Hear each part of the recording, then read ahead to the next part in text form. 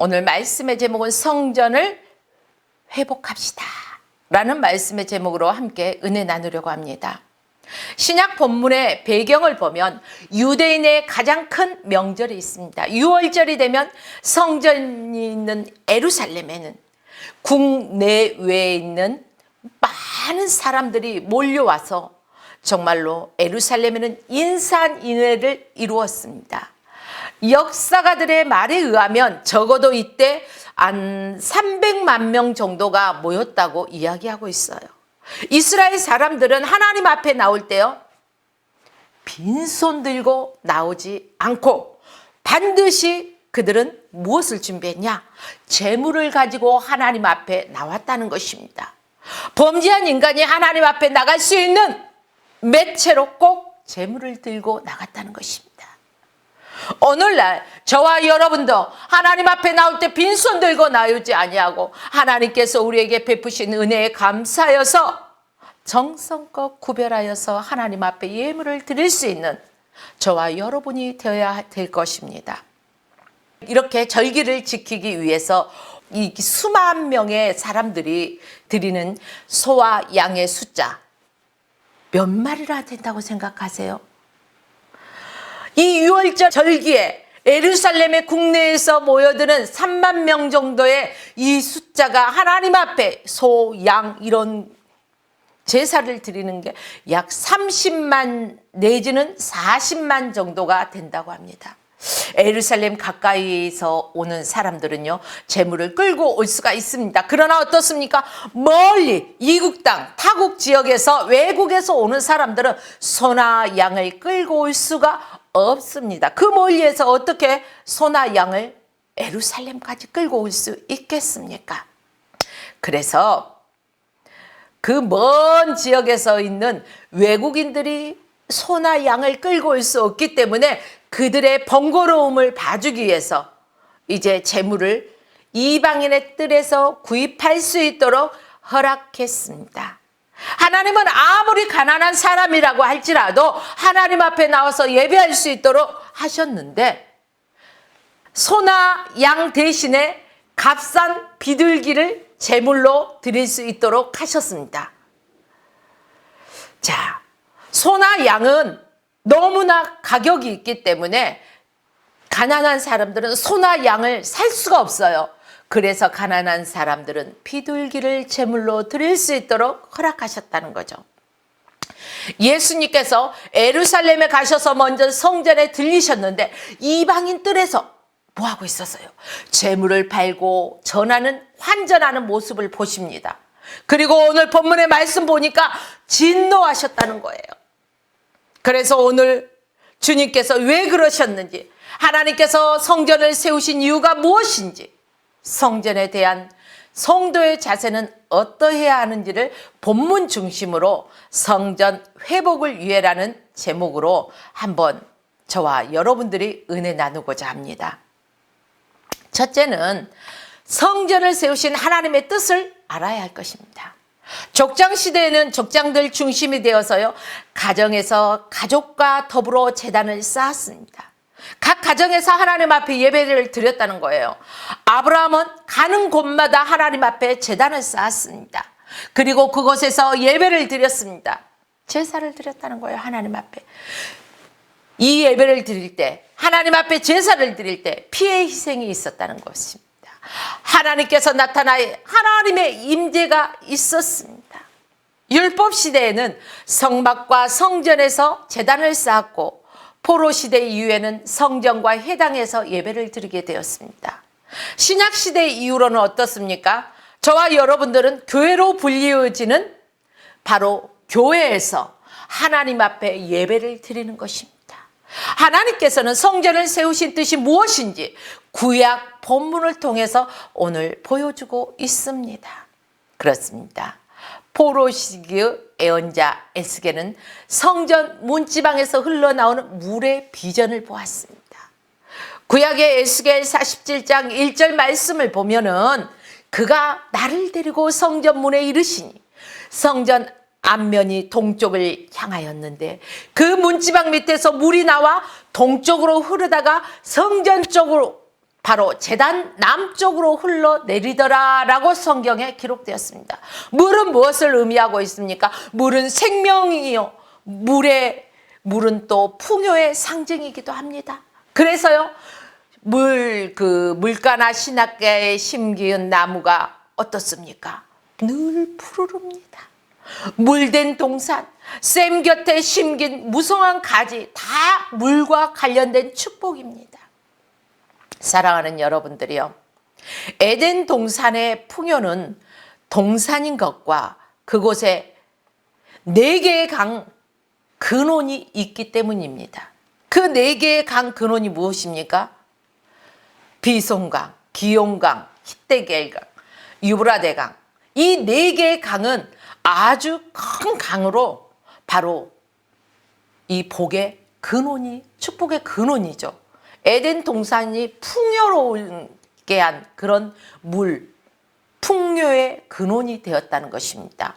믿음으로 구원 얻은 자들을 위해 예배하신 새 하늘과 새 땅에도 그렇습니다.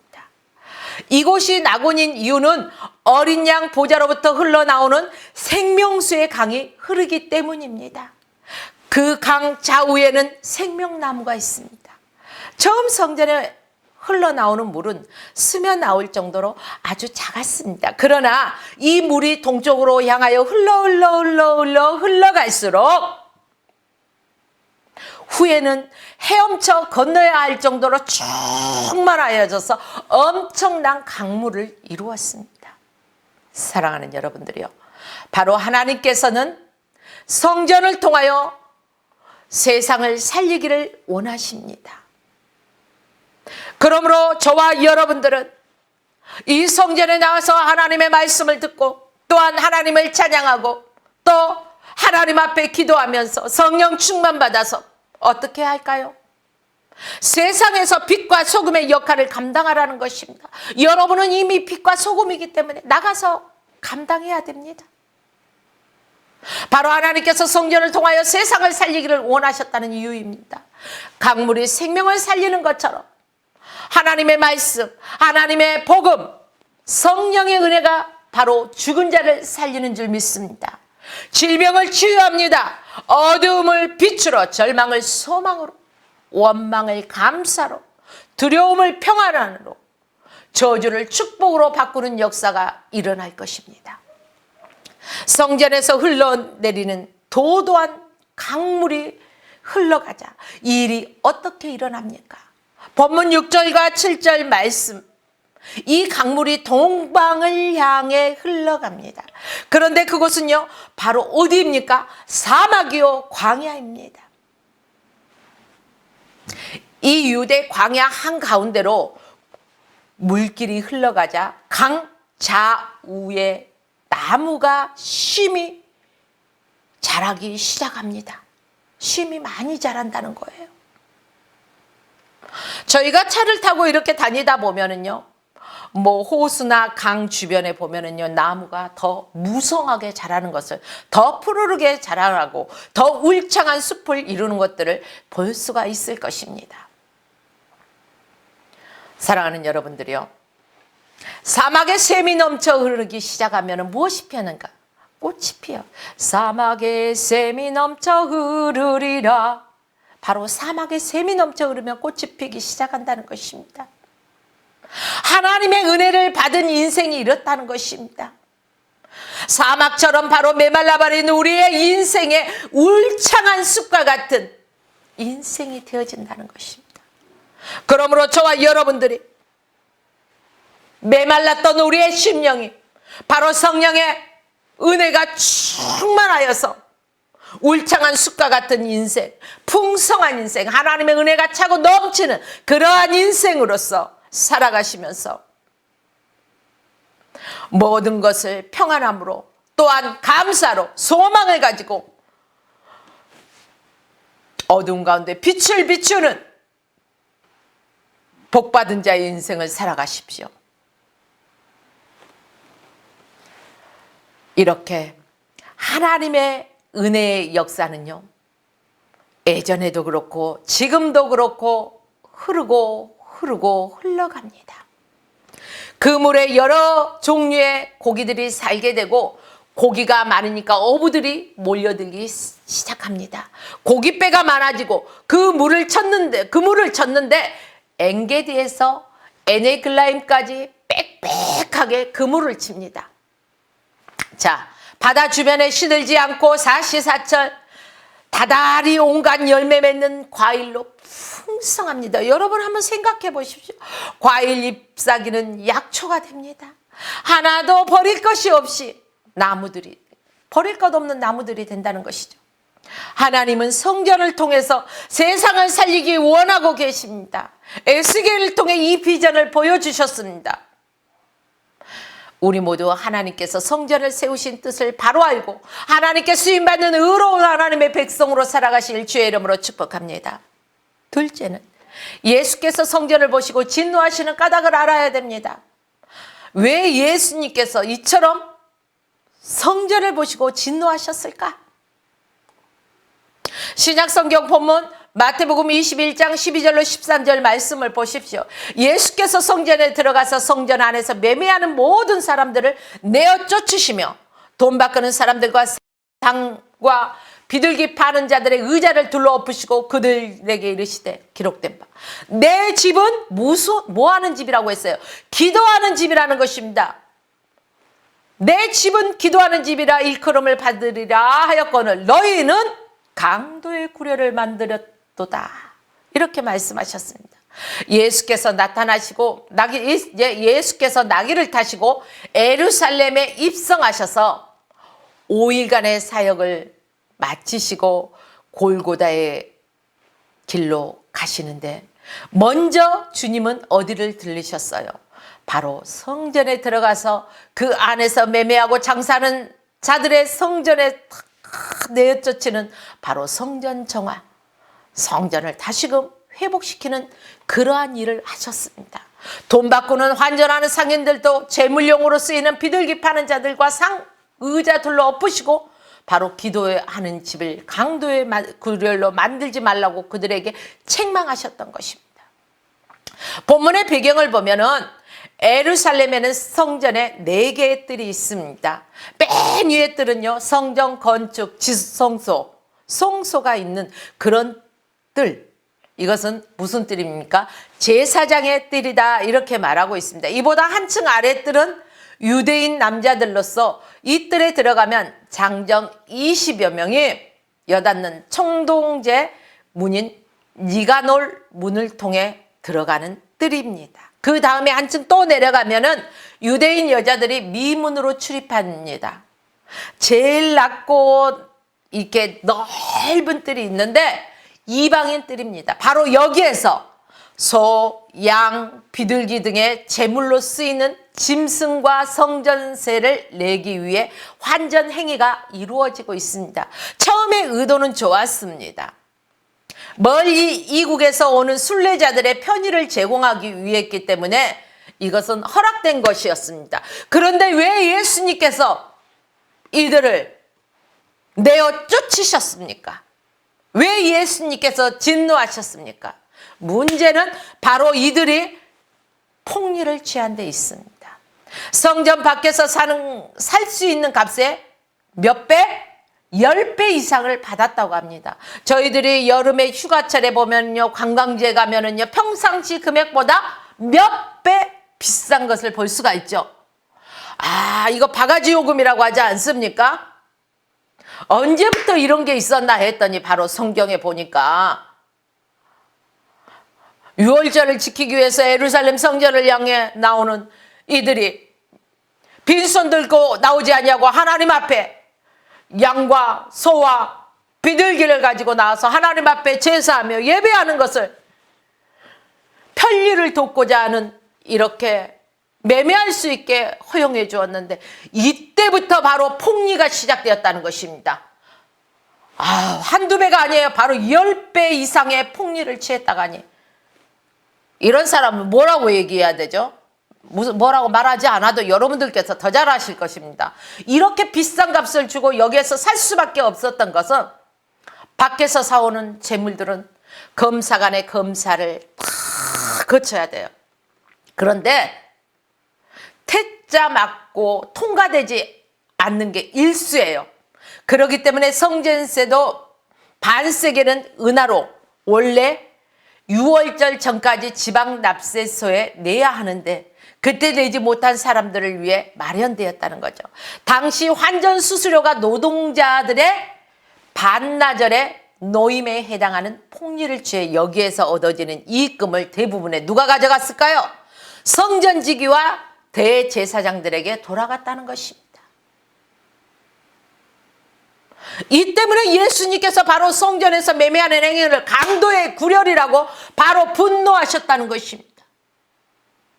그 하수인 장사꾼들을 내쫓은 것입니다. 하나님께서 성전을 주신 직분이 무엇입니까? 바로 봉사와 섬김의 임무, 하나님의 말씀의 순종의 임무를 떠나 이권으로 전략하여 타락하게 된 것들을 하나님께서는 강도의 구렬이라고, 예수께서는 강도의 구렬이라고 분명하게 말씀하고 있습니다.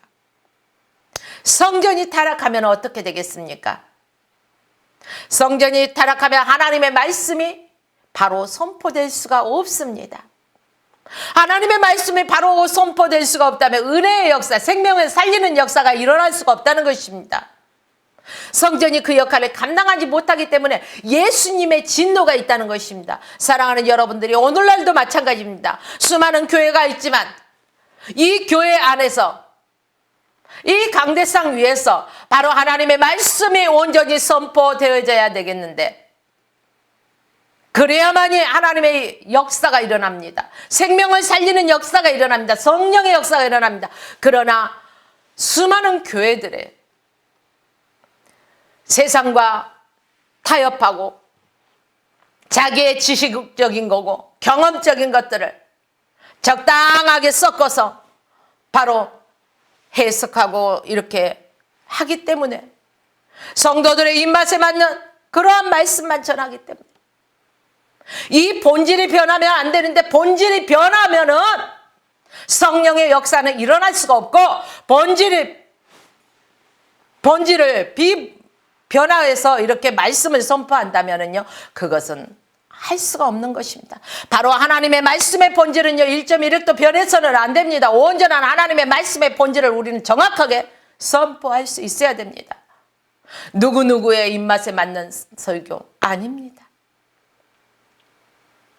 이렇다면 책망받을 수밖에 없습니다. 예수님의 책망을 통해서 오늘 저와 여러분도 회개가 일어나야 된다는 것입니다. 바로 성전이 살아나야 하나님의 말씀에 힘이 있게 됩니다. 은혜가 흘러가게 됩니다. 회개의 역사가 일어나는데 당시 성직자들은 어떻습니까? 회개의 길은 택하지 아니하고 예수님을 미워하고 죽을 궁리를 했습니다. 이러한 모습을 아셨기 때문에 주님은 예루살렘아 예루살렘아 탄식하시며 돌 하나도 돌 위에 남지 않으리라고 예루살렘 성전이 철저히 무너질 것을 예고하셨습니다. 사랑하는 여러분들이요, 예루살렘 성전이 어떻게 했습니까? 예고하신 대로 로마의 침략을 받고 성전은 그야말로 초토화가 되어버렸습니다. 회개 기도가 있습니다. 바로 회개의 기회를 놓치면 우리는 영원히 심판과 멸망이 따라오게 된다는 것입니다. 책망은 사랑입니다. 책망은 기회입니다. 회개할 수 있는 기회입니다. 하나님과 가까워질 수 있는 기회입니다. 그러므로 하나님께서 책망하실 때, 바로 우리 주님께서 우리를 책망하실 때 우리는 빨리 돌이키고 회개할 수 있어야 된다는 것입니다. 책망과 징계가 없다면 고침도 없습니다. 책망을 복의 기호로 바뀌는 슬기로운 성도 여러분 되시기를 주의 이름으로 축복합니다. 그렇습니다. 세 번째는 성도는 주님이 기뻐하시는 성전이 되도록 힘써야 합니다. 이 땅의 교회와 목회자들 또 중직자들을 위해 자신이 깨어 기도해야 합니다. 내가 깨어서 우리 교회 목사님을 위해서 기도해야 되고 우리 교회를 위해서 이 나라 이 민족을 위해서 많은 성도들을 위해서 믿지 않는 자들을 위해서 우리는 깨어서 기도해야 됩니다. 이 시대가 어떻습니까? 갈수록 황금 만능주의로서 팽팽해져서 교회가 세상을 변화시키기보다는 세속의 물결을 타고 흘러가고 세속화되어서 변질되어 가고 있고, 또 능력을 잃어버리고 염려하고 회개할 것을 회개해야 되는데 회개하지 못하고 있지 않습니까? 그러므로 오늘 예배를 드리는 모든 사랑하는 성도 여러분들이요, 우리 하나님의 은혜를 생각합시다. 지금 이 사순절 기간 특별히 그 나를 위해 십자가 지신 예수 그리스도를 바라보면서 나를 위해 이 땅에 오신 주님을 생각하면서 우리가 이 본질에서 벗어나 있던 모든 것들을 내려놓고 회개할 것입니다. 성전만 성전이 아니라 우리의 몸도 성전입니다. 고린도전서 6장 19절로 20절 말씀 보십시오. 너희 몸은 너희가 하나님께로부터 받은 바 너희 가운데 계신 성령의 전인 줄 알지 못하느뇨? 너희 몸은 너희의 것이 아니라 값으로 산 바 되었으니 그런즉 너희 몸을 하나님께 영광을 돌리라. 여러분들이요, 내 몸을 내 것이라고 내 마음대로 하고 살고 있습니까? 아니요. 분명히 성경은 값으로 산 바 되었다고 말하고 있습니다. 무슨 값으로 샀습니까? 주님의 십자가의 핏값으로 산 바 된 우리의 몸입니다. 그렇기 때문에 우리는 하나님의 것입니다. 하나님의 것이기 때문에 하나님께 영광을 올려드리는 저와 여러분이 되어야 된다는 것입니다. 사랑하는 성도 여러분, 우리 몸에 있는 내 마음의 성전도 매매하는 자들과 같은 악이 벌어질 수 있는 그러한 곳이라는 것을 알아야 할 것입니다.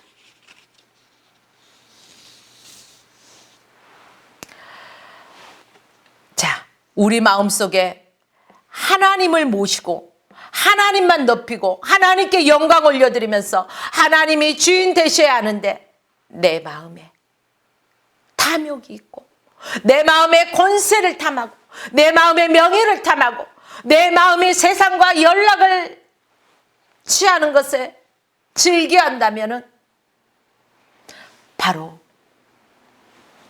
이 악이 내 마음에 성할 수밖에 없다는 것입니다. 그러므로 사랑하는 여러분들이요, 우리의 심령에 주님을 모시고 살아갑시다. 하나님만 높입시다. 하나님께 영광 올려드립시다.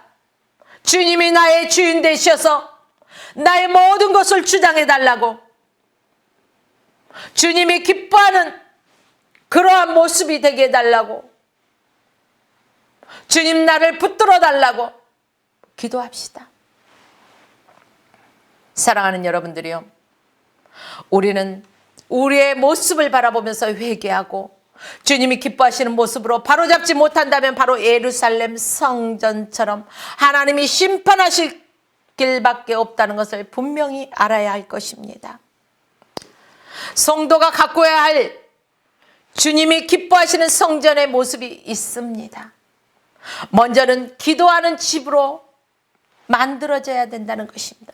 바로 하나님의 교회, 성전에도 기도하는 집이기 때문에 하나님의 자녀들이 인근각처에서 모여서 하나님 앞에 예배하면서 기도해야 되겠지만 내 마음도 움직이는 성전이기 때문에 내가 가는 곳곳마다 무시로 기도하는 습관을 가져야 할 것입니다. 바로 예수님은 성전에 장사치들을 내어쫓으면서 말씀하셨습니다. 13절 말씀을 보십시오. 저에게 이르시되 기록된 바 내 집은 기도하는 집이라 일거름을 받으리라 하였거늘 너희는 강도의 구려를 만들었도다 하시니라. 이 말씀이 성전이 기도하는 집이 되어야 한다는 말씀입니다. 기도를 통해 하나님과 교제할 수 있습니다. 기도를 통해 하나님과 교제할 때 하나님의 뜻을 알고 하나님의 뜻에 순종할 수 있는 성도가 될 수가 있다는 것입니다. 그러므로 저와 여러분들은 늘 기도하는 성도가 되어야 할 것입니다. 교회는 어느 것보다 좋은 자리입니다. 이스라엘 백성들이 포로되어 이 땅에 있을 때도 경건한 자들은 바로 어디에 있었습니까? 예루살렘 성전이 있는 쪽으로 창문을 향하고 늘 그곳을 향해서 기도했습니다. 늘 이 마음이 주님을 갈망하면서 주님을 향해 있다는 것입니다. 그 다음에는 무엇입니까? 고침받는 곳으로 만들어 가야 됩니다. 예수님의 예루살렘 성전을 정결하게 하신 후에 제일 먼저 하신 것이 병자를 고치신 것입니다. 본문 14절 말씀 보겠습니다. 소경과 전원자들이 성전에서 예수께 나오매 어떻게 해주셨어요? 고쳐주셨다는 것입니다. 그렇습니다. 이것이 바로 주님의 뜻입니다. 하나님의 성전은 기도하는 곳이고 늘 성령에 충만하고 병든 자가 오면은 그것을 위해서 그를 위해서 기도하고 그때 성령 하나님께서 고쳐주신다는 것입니다. 성도는 주님의 전에 나와서 예배를 통해서 우리 육신의 병도 고침받고 문제도 해결받는 것입니다. 성전에서 저는 자들과 소경들 또 손마른 자들 고창병자 중풍병자 안진뱅이 할 것 없이 예수님께서는 각색 병자들을 다 고쳐주셨습니다. 주님은 육신의 병든 자뿐 아니라 이 마음의 병든 자까지 영혼의 병든 자까지 다 고쳐주시는 분이십니다. 그리고 찬송과 영광을 돌리는 곳으로 만들어가야 한다는 것입니다. 바로 움직이는 성전인 저와 여러분들은 늘 주님을 찬양하면서 주께 영광을 올려드려야 할 것입니다. 또한 하나님의 세우신 핏값으로 세우신 주님의 몸된 교회에 나와서 늘 찬양으로 하나님께 영광을 올려드려야 할 것입니다. 본문 15절로 16절 말씀 보십시오. 대제사장들과 서기관들이 예수께서 하시는 이상한 일과 또 성전에서 소리질러 호산나 다윗의 자손이여 하는 어린이들을 보고 노하여 예수께 말하되 그들이 하는 말을 듣느냐? 예수께서 이르시되 그렇다. 아이와 젖먹이들의 입에서 나오는 찬미를 온전케 하셨나이다. 함을 너희가 읽어본 일이 없느냐? 이렇게 말씀하셨습니다. 성전은 기도하고 치유받는 것뿐 아니라 찬송과 감사로 하나님께 영광 올려드리는 곳입니다. 보이는 성전과 내 마음의 성전을 주님이 기뻐하시는 모습으로 회복하시기를 주의 이름으로 축원하며 오늘 말씀을 마칩니다.